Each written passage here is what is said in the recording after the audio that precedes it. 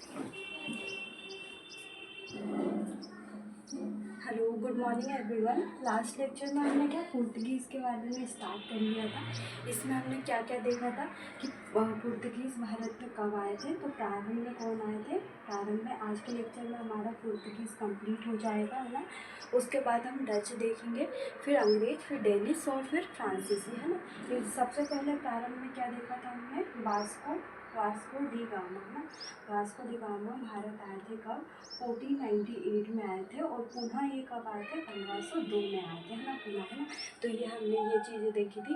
राजधानी क्या थी पुर्तगालीज की, गोवा थी, जो कि कब थी, 1530 में बनाई गई थी, है ना। इसके बाद इनको क्या, सागर का स्वामी ये खुद को बोलते थे। इसके बाद हमने ये देखी थी जो फैक्ट्रियाँ हैं, मुख्य रूप से 6 फैक्ट्रियाँ स्थापित की थी। सबसे पहले कोचीन में स्थापित की थी, जो कि 1505 में स्थापित की थी, है ना। ये आपका रिवीजन भी हो जाएगा, और हम पुर्तगीज़ का शुरू से लेके लास्ट तक अच्छे से कंप्लीट भी कर लेंगे, है ना। तो ये देखा था हमने 6 फैक्ट्रियाँ, और अंतिम में कौन सी थी, दमन में 1559 में स्थापित की थी, है ना। इसके बाद हमने भारत में जो पुर्तगालीज गवर्नर हैं उनके बारे में देखा था, जो कि हमारे 2 मार्क्स और 7 मार्क्स में आ सकते हैं। तो इसमें हमने डी अल्मोड़ा के बारे में देखा था। किसके बारे में देखा था, डी अल्मोड़ा के बारे में देखा था। किसके, डी अल्मोड़ा के बारे में देखा था, जिसमें हमने देखा था इनका टाइम कब से, 1505 से 1509 तक ये रहे थे। इन्होंने कौन सी ब्लू पॉलिसी नीति अपनाई थी, नीले पानी की नीति। इसके बाद इनका 1508 में मिस्र, टर्की और गुजरात के जो शासक थे महमूद बगेड़ा से क्या हुआ था, युद्ध हुआ था। तो इनके समय ये प्रमुख घटनाएं घटित हुई थी, और इनका ये प्रथम गवर्नर थे पुर्तगीज़, और व्यापार पे सबसे ज़्यादा जोर दिया था, ना। डी अल्मोड़ा के बारे में हमने देखा। इसके बाद अल्बुबर्ग के बारे में क्या था, 1509 से 1515 तक इनका टाइम पीरियड रहा है, 1515 तक ये रहे हैं। उसके बाद हमने ये देखा था इनके समय क्या क्या हुआ था। ये इनको क्या वास्तविक संस्थापक माना जाता है। इन्होंने क्या भारतीय स्त्रियों से विवाह करने पर जोर दिया था, ताकि भारत में क्या पुर्तगालीज आबादी क्या बढ़ जाए, है ना, इसलिए जोर दिया था। इन्होंने सती प्रथा बंद की थी, और धार्मिक न्यायालय की स्थापना की थी, जो कि भारत में पुर्तगीज के अंत का प्रमुख कारण बनी, है ना, जो धार्मिक न्यायालय की स्थापना की थी, है ना। तो ये चीज़ें देख ली थी। उसके बाद आज के लेक्चर में हमको नीनो डी कुन्हा के बारे में देखना है। व्यापार की प्रमुख विधि कौन कौन सी अपनाई थी वो देखना है। पुर्तगीज़ के आधिपत्य का परिणाम क्या हुआ था ये देखना है, और भारत को क्या क्या देन है इसके बारे में। ये आपके सभी क्वेश्चन 2 मार्क्स में ही बनेंगे, ना। ये भी आपका 2 मार्क्स में बनेगा, और ये भी, और नीनो डी कुनो के बारे में भी 2 मार्क्स, और डी अल्मोड़ा और अल्बुबर्ग के बारे में भी 2 बार 2 मार्क्स में ही आपका आ सकता है, ना। तो सबसे पहले नीनो डी कुनो के बारे में देखेंगे। 1529 से लेके 1538 तक ईस्वी तक ये रहे थे भारत में। इन्होंने क्या किया था, सरकारी कार्यालय को कोचीन से गोवा स्थानांतरित किया था। कब किया था, 1530 में किया था, ना। तो ये चीज़ देखिए, है ना, इनका सबसे पहले कब से कब तक ये रहे भारत में। इसके बाद इन्होंने क्या, एक तो बसीन में फैक्ट्री स्थापित की 1534 में, और एक द्वीप में 1535 में, और अंतिम मैंने आपको बता ही दी, अंतिम कहाँ पे, दमन में, जो कि 1559 में स्थापित की थी, है ना।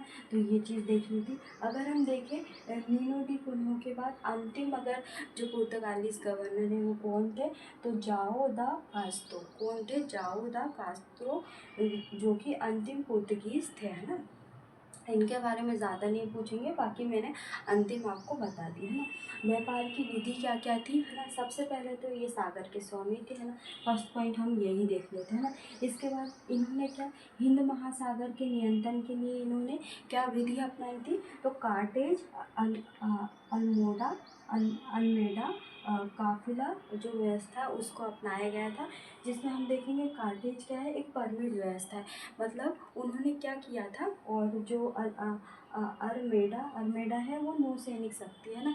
तो इन्होंने क्या किया था, जो व्यापार के लिए हिंद महासागर पे नियंत्रण किसने किया कि अगर जो भी हिंद महासागर से व्यापार करना चाहता था, इधर से उधर वस्तुओं का आयात निर्यात करना चाहता था, उनके लिए क्या एक परमिट जारी किया था, तो परमिट बनवाना पड़ता था ना। तो ये व्यवस्था थी है ना। इसके बाद भारतीय क्षेत्र को इन्होंने क्या बोला, एस्तादो द इंडिया है ना, एस्तादो द इंडिया कहा। ऐसे ही हम देखेंगे कि डच के द्वारा भारतीय क्षेत्र को कुछ अलग नाम से जाना गया, अंग्रेज़ों के द्वारा कुछ अलग नाम से है ना, और फ्रांसीसियों के द्वारा कुछ अलग नाम से है ना।